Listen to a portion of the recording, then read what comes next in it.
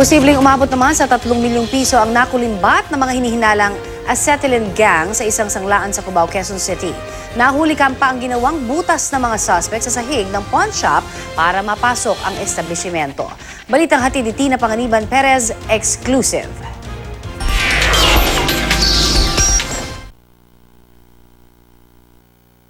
Kinabahan ng mga empleyado ng Casquejo Pawn Shop nang pumasok sa trabaho ang mga siwang sa pinto ng sanglaan. May mga nakapasak daw ng mga tissue at papel na di naman daw nila inilagay. Gustong pumasok kami, nakita ko nga lahat ng mga yung mga kalendar namin. Nakapasak lahat ng butas, lahat palibot. Ang hinala nilang nalooban sila na kumpirma ng buksan ng roll-up window ng sanglaan. Dumating na sila yung may-ari, si Bossing. Binuksan na yung pinto. Yung roll-up? Oo, pero konti lang. Kasi kita na agad yung butas dito eh. Malaking butas ang iniwan ng mga salarin. Gulo-gulo rin ang mga gamit sa sanglaan.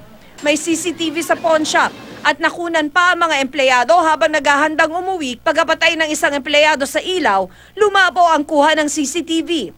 Pero kita sa video ang ilaw na ginawa ng acetylene equipment habang binubutas sa mga salarin ng sahig ng sanglaan. Dalawang lalaki may mga dalang flashlight ang lumabas sa butas. Maya-maya, naputol na ang recording. Sabi ng mga taga rito sa Murphy, Quezon City, 7 raw ang mga sanglaan sa lugar na ito. Mula sa pinagnakawang pawn shop, pinabuksan ng mga otoridad ang mga manhole sa sidewalk na ito. At nadiskubre nila na may mga hukay na rin sa ilalim ng ibang sanglaan, indikasyon daw na balak din pagnakawan ang mga ito. Nakuha sa isa sa mga butas ang isang supot na mga bariyang nagkakahalaga na mahigit 8,000 pesos. Nabawi rin ang acetylene equipment. Ang pulisya, sinusuri na raw ang CCTV para pag-aralan kung sino-sino ang mga nagnakaw.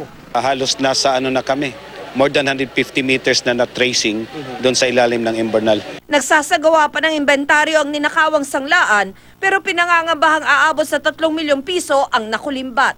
Tina Panganiban Perez, GMA News.